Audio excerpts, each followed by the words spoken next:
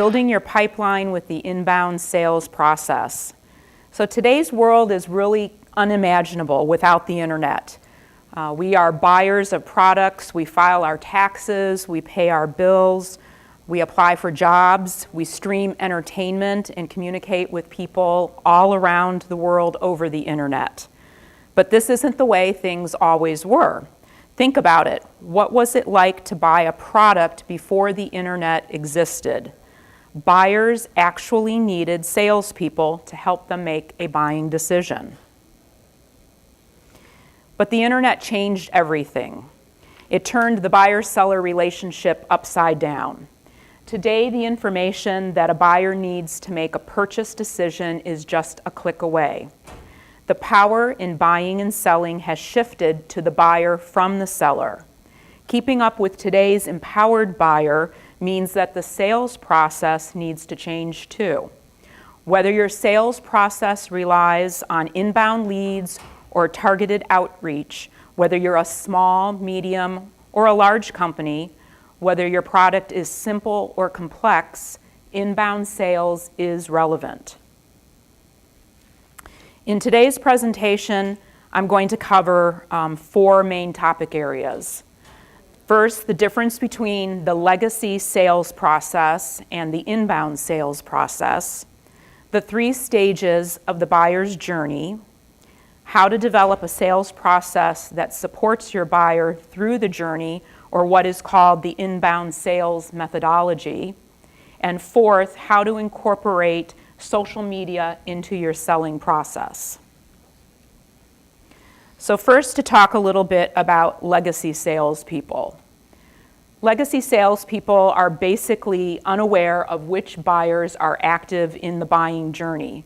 So to a legacy salesperson, all leads are equivalent. Legacy salespeople use cold outreach techniques such as cold calling or cold emails. They lead with the same generic pitch to quantify or qualify the lead based on their budget. Legacy salespeople immediately transition into a presentation mode when a buyer begins to express interest. And they deliver the same generic canned presentation each and every time. And finally, legacy salespeople always offer discounts to get buyers to purchase on their timeline, the seller's timeline, and not the buyer's timeline. Think of end of the quarter, end of the month closes. And maybe you can identify with that in your own business. But inbound salespeople, on the other hand, they prioritize working with buyers who are actually active in the buyer's journey. They work very diligently to build trust, and they can leverage social media and participate in online conversations in order to do so. They also leave value-added, helpful email and voicemail messages based on what they've learned about the buyer, about the buyer's needs and interests. Inbound salespeople transition into exploration mode rather than the hard sell mode when the buyer begins to express interest. And inbound salespeople also work very diligently to personalize the presentation to the buyer rather than using that same generic canned presentation each and every time. They adjust their sales process to the buyer's timeline and process. So there are 3 steps in the buyer's journey. Step 1 is what is called the awareness stage. This is where the buyer realizes that they have a problem or a need, and they're searching for a solution through a product, a program, or a service. Step 2 is called the consideration stage, and this is where the buyer begins to define their problem and their need and is in an active stage of researching the various options to meet their need or solve their problem. Step 3 is the decision stage, and this is where a buyer actually chooses a solution. So let's drill down a little bit further into these 3 stages along the buyer's journey. So in the awareness stage, buyers are identifying their challenge and their opportunity. They also are deciding whether or not the goal or the challenge should be a priority for them in their particular business and circumstances. In order to fully understand the awareness stage for your buyer, you could ask yourself some of these questions. How do buyers describe their particular goals or challenges? What are some of the key words that you should hone in on that the buyer is using to describe that goal or that challenge that they're experiencing? How do buyers educate themselves on these goals or challenges? Where are they going to for their source of information? What are the potential consequences of inaction by the buyer? And in particular, what are the detrimental consequences of inaction if they don't move forward and make a decision with a product, a program, or a service? Are there common misconceptions that the buyer may have about addressing the goal or challenge? And how would you be able to help alleviate or address those common misconceptions? And fifth, how do buyers decide whether the goal or challenge should in fact be prioritized and they should take action, or do they just do nothing at this point in time? So the next stage is the consideration stage. And this is where buyers have clearly defined the goal or challenge, and they are committed at this point in the journey to addressing it. They evaluate the different approaches or methods available to them to pursue the goal or solve their challenge. Some of the questions that you would want to ask in this phase are: what categories of solution are the buyers investigating? How do buyers educate themselves on these various categories of product solutions? How does the buyer perceive the pros and cons, or the positives or potential negatives of each of these categories? And how do buyers decide which category is right for them? Currently, I think in our industry today, there are many buyers out there, for example, that are looking for a telephony solution. And they are educating themselves on various options, including, is a cloud solution versus a premise solution or a hybrid solution the right option for them? So going through that process, you need to identify what these questions are that they're asking, and then be prepared to help educate them in this consideration stage. The third stage is the decision stage. And so there are a number of good questions here to ask as well. But in this stage, the buyers have already decided on a solution. They could perhaps have written a pro, con, positive, negative list of specific offerings, and then they're deciding on which one meets their best needs. So some of the questions to ask are: what criteria do buyers use to evaluate the offerings? When buyers are investigating your company's particular products, programs, and solutions, what do they like about what you offer compared to what the alternatives are? What concerns do they have with your particular offering? A third question to ask is: who needs to be involved in this purchase decision? For each person involved, how does their unique perspective on the decision differ? A fourth question would be: do buyers expect that they are going to try the offering before they buy it? This can be very key and an important step not to skip over and move into the close when the buyer has not already had the opportunity to really evaluate the full product, program, or solution that you're offering. And outside of purchasing, do buyers need to make additional preparations, such as putting together implementation plans for whatever the solution offering is, or do they need to have training strategies put in place before they are prepared to begin to sign on the dotted line, so to speak? So moving into the inbound sales methodology. This is a methodology that covers every step of the buyer's journey, traveled on the road from being a stranger to customer, and each corresponding salesperson action. This methodology acknowledges that inbound sales doesn't just happen. It is something that you have to do.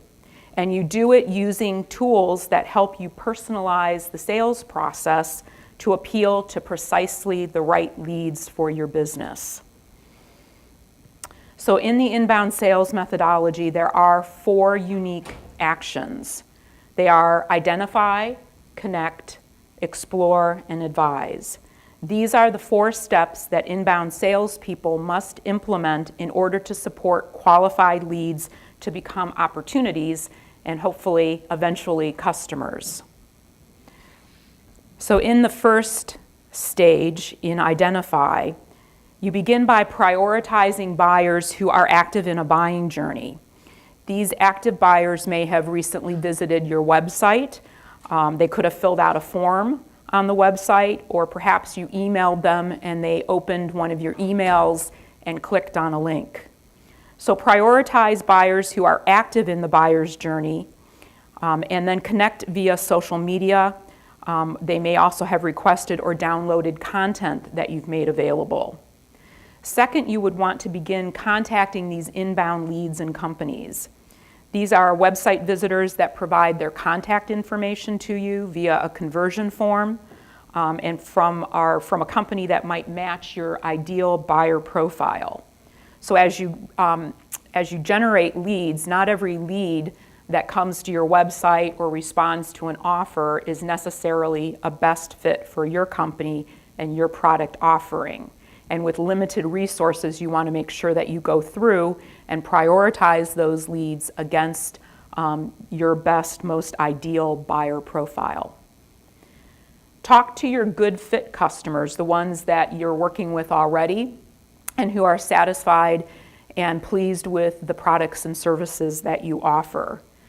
Ask them for introductions on LinkedIn and set up Google Alerts for that type of company or specific companies that are good fit. Start contacting leads based on behavior. You want to leverage triggered events technology to understand which of your prospects are visiting your website, opening your emails, and even viewing your pricing page if you have that level of detail available on your website. Transition then into exploration mode when the buyer expresses interest. And understand your buyer's timeline and adjust your sales process to match that timeline. And finally, deliver the right educational content to your prospect at the right place and time. So the next stage in the inbound sales methodology is the connect stage. Legacy salespeople use cold emails and voicemails with the same generic elevator pitch as I mentioned before. And they are enticing the buyer usually with a discount or some type of an offer. But inbound salespeople differ in that they lead with a message that's personalized to the buyer's context. This context could be the buyer's industry, the buyer's individual role, their interests that you've learned about them, and maybe perhaps even common connections that you have in business and through social media. As part of this connect process, you want to define your ideal buyer's persona. So understand the unique perspectives of the individuals that you are attempting to reach or connect with. First, segment your market by the types of companies you target, and then define the personas of the different types of people at those companies that you target. So an example here would be a person I call IT Director Dave. He's your average customer who is the director of IT for a small to mid-sized professional services firm. Dave is in his late 30s. He's worked for his firm for 6 years. He's married, the father of 2 young children, an avid sports fan, and he's stretched very thin in his job and responsibilities. He appreciates working with IT services firms and consultants who can offer a turnkey solution to him with a strong value proposition that he can easily relate to, and that he can communicate up the chain within his law firm to the managing partner of the firm that he reports to. So next, after you've identified your personas within the companies that you're targeting, You want to define the sequences or the means by which you're going to be contacting those personas, those contacts over time. Determine which medium or mediums you'll use to reach out to each persona. Does your persona, do they prefer being called on the phone, or do they prefer email? How many times will you plan on reaching out to that persona before you would give up? What is a good number based on your experience? And some of these numbers and statistics will evolve over time as you get more experience and have more experience with employing this inbound sales methodology. So these outreach sequences, from whether it's a phone contact, an email contact, an in-person visit, these are all part of your sequences that you want to plan out. So next you want to define the content that you're going to leverage and utilize for each of the sequences. Since most of the buyers are in the awareness stage of their buying journey at this point, your goal is not to sell them on your product or even to lead with scheduling a demo at this point in the process. Instead, your goal is to educate them on the problem or the opportunity they are exploring. So there's lots of ways that you can pursue the education, whether it is through targeted messaging that you send to them, whether it's website content, developing brochure or product collateral that you're utilizing, accessing and resourcing white papers and case studies, having technical spec sheets available, utilizing and leveraging your own blog posts or other blog posts, as well as social media posts. So in the next phase, in the explore stage, you want to work on guiding an exploratory conversation so that you're in control, but your buyer feels like they're being empowered to make the right decisions. Unlike traditional qualification frameworks that you might be familiar with, such as BANT, which stands for Budget, Authority, Need, and Timing, this new explore framework is something that you'll openly share with your buyers. It's not a secret. So you want to focus on the buyer's challenges first. People generally don't make changes, or they're not out to make major purchase decisions unless they have some type of challenge that is impeding their progress. So use the small yet powerful wording adjustment of challenges rather than talking about their problems. Connect goals with those challenges. Talk about your potential buyers' goals and listen for an acknowledgement that they don't have a good solution or they're afraid they won't achieve their goals. Those are key words to hone in on during this exploratory conversation. Share plans that fit the buyer's timeline. Introduce how your product, program, or service can help with the buyer's goals and challenges. Ideally, your strategy is uniquely positioned to help them in a way the competition can't match. Then and only then do you want to bring up the budget discussion. The final thing to understand is how the buyer will fund this investment that they must make to implement their new plan. Consider all the costs involved, including financial, time, and also, of course, human resource investments that your prospect is going to have to buy into and commit to before they are ready to move forward with you. In the next phase, which is the advising phase, inbound salespeople advise their prospects on why their offering is uniquely positioned to address the buyer's context. By sticking to a generic script, legacy salespeople fail to represent their strategy as a solution to their prospects' specific needs. Prospects want to know how features are specifically going to help them and their situation. As an inbound salesperson, you can serve as a translator between the generic messaging found on perhaps your company's website that's intended to appeal to a broad group of prospects, but you can translate that into the unique needs of what this particular buyer is looking for. So here are 3 steps that are to help you advise your prospect through a presentation and turn these opportunities into customers. First, you want to provide a recap of what you've learned. The beginning of the presentation is all about restating where the prospect is now and the insights you've gleaned from your earlier conversations with them. And at this point, there probably have been quite a few conversations that should have taken place. But you want to go through their challenges of what their goal is and what they want to achieve it and how they want to achieve it. And then impress upon your buyer at this point in time how you are uniquely suited to help them with this challenge. Suggest different ways to achieve their goals and get some feedback from them. Now you're ready to suggest different ways to make the change that you both agree on. Craft a customized presentation that connects their goals and challenges. And I emphasize the customized presentation rather than the generic kind of boilerplate presentation that legacy salespeople would use with any prospect. And then finally, confirm budget, authority, and your timeline.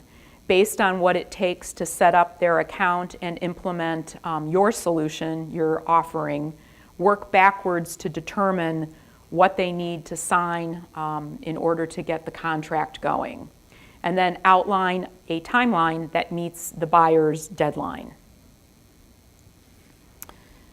So here I'm going to pivot a little bit into some more specifics within the inbound sales methodology on how you can incorporate social media into your selling process. Social media can help drive your pipeline by engaging buyers earlier in the sales cycle, and that can help maintain relationships also with your current customers that might lead to additional incremental sales and demonstrate valuable market insight. Research shows that salespeople who use social media are more successful. Sales reps who leverage social selling in their sales processes are 79% more likely to attain their quota. 79% of salespeople who use social media, according to Forbes, also outsell their peers. Social selling leaders have 45% more sales opportunities, according to LinkedIn. 54% of those using social selling have closed a deal as a direct result of social media. A lead developed via social media is 7 times more likely to close, according to research from IBM. Organizations using social selling have seen a 10 to 20% increase in win rate, 20 to 30% acceleration in cycle time, and 10 to 15% increases in revenue. According to the CSO Insights 2016 Sales Enablement Optimization Study, LinkedIn is considered the primary B2B social media platform. 84% usage, followed by Twitter at 38%, Facebook at 28%, and Google Plus at 15%. These social selling tools have an even greater degree of penetration with participants who reported having their social marketing and social selling strategies aligned together, which was 21% of the respondents in this study. In this group, 100% used LinkedIn. But social selling does require more than just teaching people how to use the features and functions of LinkedIn in particular. It's more important to inspire yourself and/or your salespeople to develop a social selling mindset, and then teach the required social skills that are needed to connect and engage with potential buyers by leveraging these social networks. Within LinkedIn, if you are seriously looking at leveraging and utilizing all that LinkedIn has to offer, the Sales Navigator platform, which is an add-on to the general LinkedIn platform, is highly valuable, and I do recommend it. It is a means whereby you can really drill down and research and find and identify your best prospective buyers. And then within those companies, you can drill down and connect with and find a greater level and degree of individuals associated with that company that can influence and help with the buying decision if they are not, in fact, the actual purchasing decision maker themselves. So I want to end here with this last slide and go into 9 ways that you can integrate social selling into your sales process, and then hopefully we'll have some time for some Q&A if you have some specific questions regarding the inbound sales methodology and how social media is a key component of it. But first, out of my list of 9 here, the one that you want to start with, obviously, is to optimize your social media profile. Many times I do go out and connect with either new salespeople within our own organization or business development professionals, and find that they're just missing some of the basics in their LinkedIn profile. So make sure that in optimizing your profile that it is accurate and up to date and adequately reflects and represents your company and the products, programs, and services that you offer. And by all means, do invest and get a good professional headshot to include in your LinkedIn profile. Shouldn't have probably the same headshot that you would use in your Facebook, personal Facebook feed to represent yourself in LinkedIn. So get a good professional headshot. In LinkedIn, you can go through and search with keywords and find various LinkedIn groups where you then can develop your presence and can leverage those groups to connect with prospective buyers and influencers.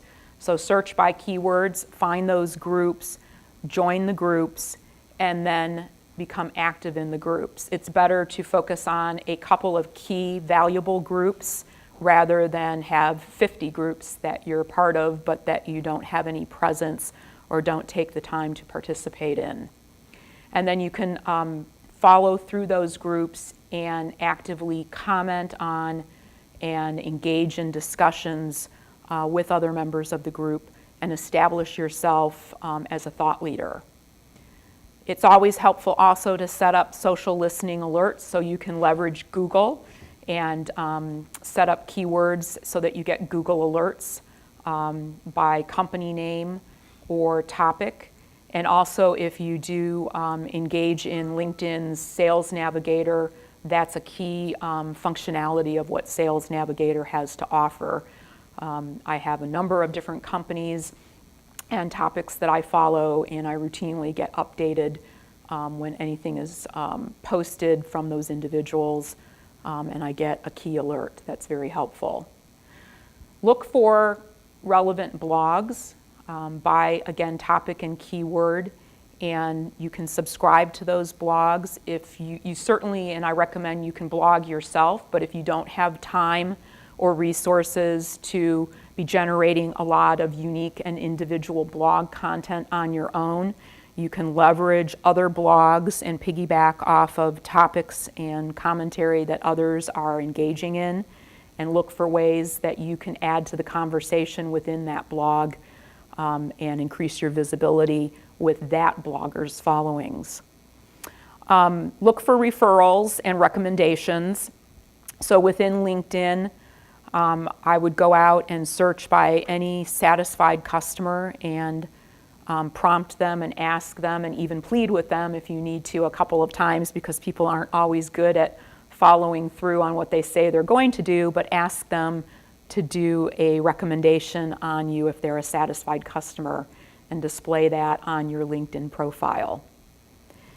Throughout all of your social media, whether it's through postings on LinkedIn, if it's any blogging that you're doing or comments, make sure that you're doing consistent messaging and do it on a regular basis and post with intention. Everybody's busy these days, and it can be sometimes daunting to think about how to find time to carve out and to do this.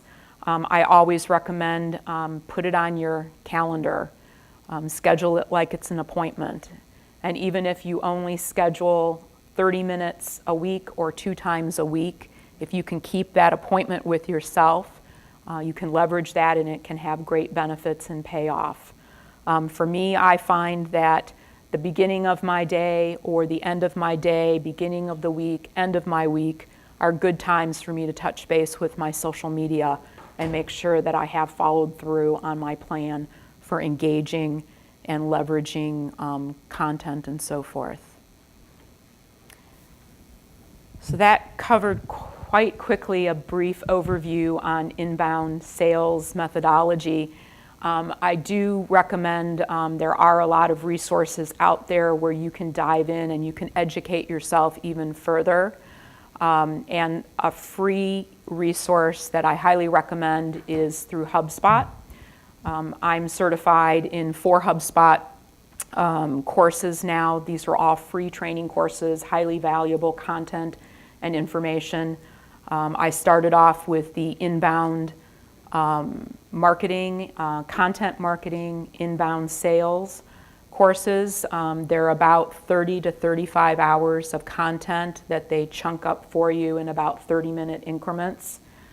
So over a period of time, you can educate yourself and then be prepared to actually put these practices into place and start to leverage and see some of the benefits for your business. So thank you very much for your attention. And if there are any questions, I'd be happy to take some questions. Questions for Susan? Yes. I was just wondering, you mentioned LinkedIn key alerts, and I was wondering, okay, you get those alerts by specific person or company, but does it also alert by content from them that is directly related to your ability to fulfill a need? I've never used it, so. If you go in and if you sign up for Sales Navigator, and you will then start to follow companies, and then within the companies you drill down and you identify individuals, and you will get alerts when those individuals are publishing or they've updated. So like a key piece of information might be that they have hired a new CTO, and you would get then an alert because you're following that company. Mm-hmm. So that would give you a trigger point then to say, XYZ company, they have a new CTO. I need to go in and connect with that CTO. I need to start through my inbound sales methodology of how I'm going to connect and provide value-added content and communicate my brand and my offerings to that contact. Yeah, great question. I'm in shock about how many people on LinkedIn use their passport picture as their picture, or their description doesn't tell you anything at all about what they do. So yeah. You don't have to go in and put every nitty-gritty detail of your whole job history, but really focus on what it is you're doing currently and what are the products, programs, and services that you can offer to identify yourself when prospects are connecting with you. Absolutely. More question? At the risk of putting you on the spot, could you put your profile up on the screen? Well, I am not connected to the internet, but you are all welcome to jump onto LinkedIn and search for Susan Elder, and you'll find me, and I'd be happy to connect with you if you want to send me an invitation. And we can continue the conversation also that way. If you have questions, we can communicate through LinkedIn. Yes. Questions? Any further questions? Oh, there we go. Evan. Hi. I had a question related around webinars and how useful they are in the inbound sales process. I find webinars to be very successful and very valuable. We utilize them extensively at Jenny to connect with current customers as well as prospects for all of the different manufacturer lines that we represent. Webinars, because they are educational in nature, are valuable. And depending on the webinar platform, it can also be a means whereby a prospect can connect, but not in a totally direct face-to-face context, if you know what I mean. It's not quite as intimidating. They're behind the screen of their computer and they're engaging in and they're listening to content. They have the ability to submit questions, but it's not as much of a commitment in the sales process as saying, I'm going to take an in-person sales meeting and have you present to me one-on-one. So it's a definite point in the buyer's journey where they are doing that research, and I think they're great and very, very valuable. We're checking out your profile right now. Okay. It's looking good. We have another question here. I was at another kind of conference thing, and they were talking about white papers are kind of dying. What are you seeing as far as the type of information that you provide to educate your persona, as you say, is kind of the most popular right now? Because people don't have a whole lot of time. They're reading brief information and kind of moving on. So what do you see as kind of the big thing there? Well, I think white papers and case studies still have their place in time, but it's at that certain point in the buyer's journey when the buyer is looking for that next level of detail. To your point, everybody is inundated with all kinds of content and digital marketing, social media. There I would focus on real quick takeaways. What's a key takeaway that this particular solution is going to solve a problem and what the buyer is potentially looking for, so that you can kind of rope them in with that couple of key takeaways and then help move them through the buyer's journey. You wouldn't want to just start with a very extensive 12-page case study or white paper before you've established with that buyer earlier on in their journey what is their challenge and how you can help move them through that journey. And then at some point, that case study or white paper may be appropriate. Hey, Susan. I can also comment on that. I'm with Digium. I'm Vice President of Marketing at Digium, and we do a lot of marketing. And we are an inbound marketing machine. And we actually we use white papers on our website. And if the white paper is written in a way that it's educational, and it's early in the sales process where the buyer is, exploring technology or exploring options like hosted versus prem, and it's unbranded content, doesn't have, it's not Digium trying to sell a product. It's a white paper about learning about VoIP or, learning about hosted or prem, that kind of thing.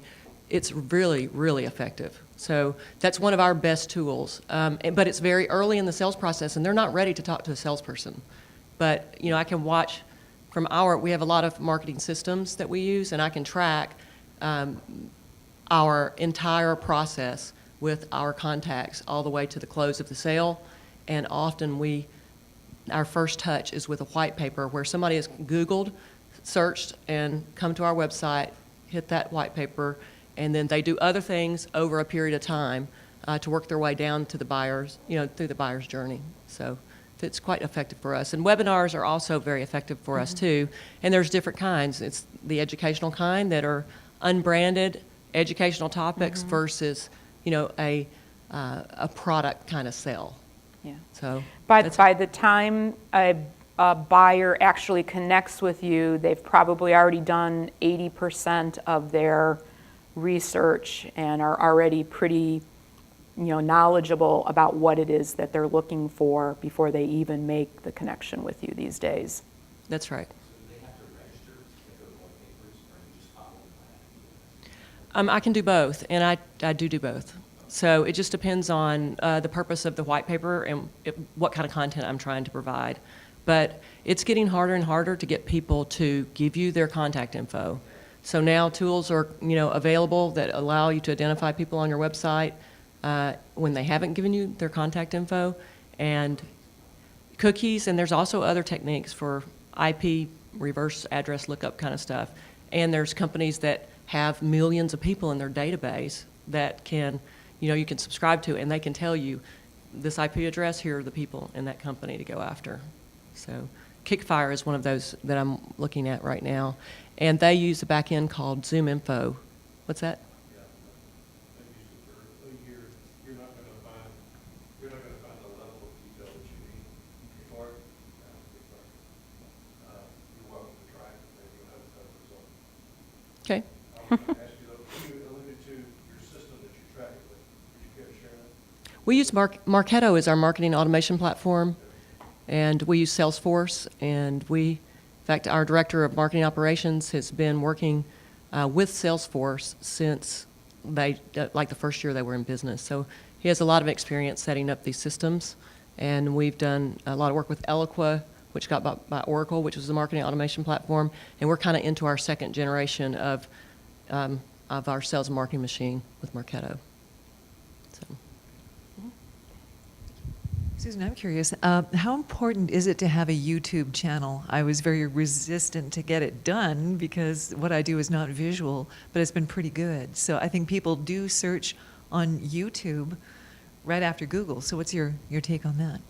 Yeah, I think definitely YouTube is very valuable. If you're going to be in social media and in business, everybody is very visual, and video is that means of communication for visual. Jenny, we have a YouTube page. We work to come up with creative short snippet videos with more of an infographic kind of approach. We leverage those videos through our email marketing efforts, but then we also post them on the YouTube channel and promote them and get a lot of traction. So yeah, it's another tool in your toolkit, so to speak. Absolutely. Yeah. Oh, yeah. To that, we're a partner with Jenny as an audio conferencing manufacturer, and we did recently participate in one of the marketing campaigns that Susan spearheaded, and it was sort of tying together our solutions with the Digium solutions over YouTube, and tying that together with the email broadcast that we did was very successful from our perspective. So the YouTube was, great setup for it. Great. Any other questions? Anything else? Well, let's give Susan a great big hand. All right, thank you very much.